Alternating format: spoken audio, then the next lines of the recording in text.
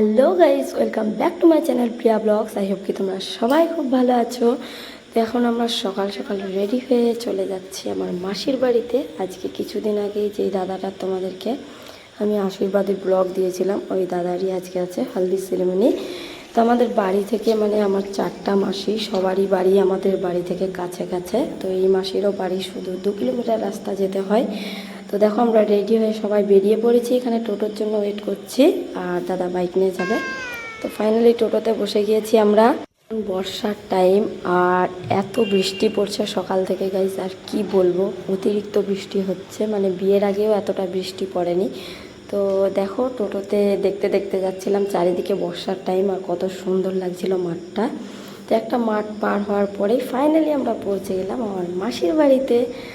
আর আমার মাসিদের বাড়ি এসে চলো তোমাদের সাথে সবটাই শেয়ার করছি আমি, আর পুরো ভিডিওটা এন্ড থেকে দেখতে থাকবে। ভিডিওটা ভালো লাগে কিন্তু লাইক করতে ভুলবে না, চ্যানেলটাকে সাবস্ক্রাইব করবে।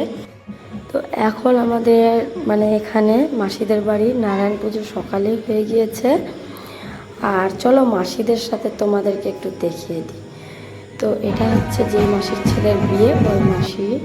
আর এদিকে বাইরে দেখো প্রচণ্ড বৃষ্টি হচ্ছে, আর এদিকে বারান্দার মধ্যেই আমরা সবাই মিলে গল্প সল্প হচ্ছিল, আর দাদার সাথে অনেক সেলফি টেলফি নিলাম।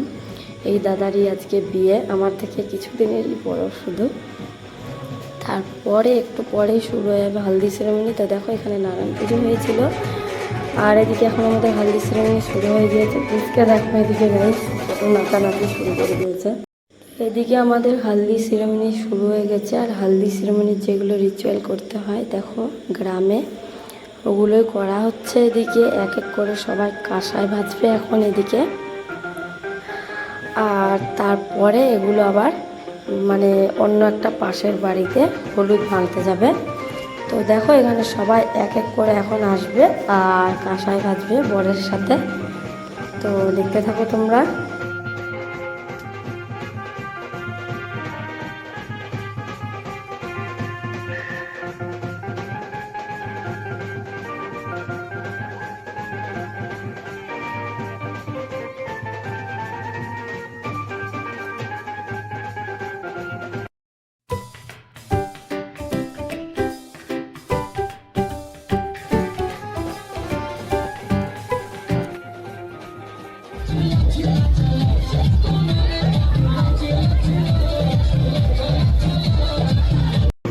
যা যা রিচুয়াল করার সব কিছুই এক এক করে করে নেওয়া হয়েছে। তো এখন সবাই চলে যাচ্ছে হলুদ ভাঙতে, আর প্রচণ্ড বৃষ্টি হচ্ছিল গাইজ বাইরে, তার জন্য আমি আর সুপ্রিয়া এক জায়গায় বসেছিলাম, বাইরে যাওয়া যাবে না এত বৃষ্টির মধ্যে। তারপরে এর মধ্যে প্রচুর কাদা কাদা হয়ে গিয়েছিল, আর দেখো এখন পরিষ্কার হলো সব। এখন দুপুরের খাওয়া দাওয়া হবে। তো খাওয়া দাওয়া করার পরে আমরা একটু বাইরে, প্রচুর গরম ছিল, তো একটু ফাঁকা জায়গা দেখে দেখো আমি আর সুপ্রিয়া এখানে একটু দাঁড়িয়েছিলাম, আর বাইরের জায়গাটা দেখো কত সুন্দর লাগছে। তো ভিডিওটা ভালো লাগলে লাইক করতে ভুলবে না, চ্যানেলটিকে সাবস্ক্রাইব করে দিবে। বাই, আবার নেক্সট ভিডিওতে দেখা হচ্ছে তোমাদের সাথে।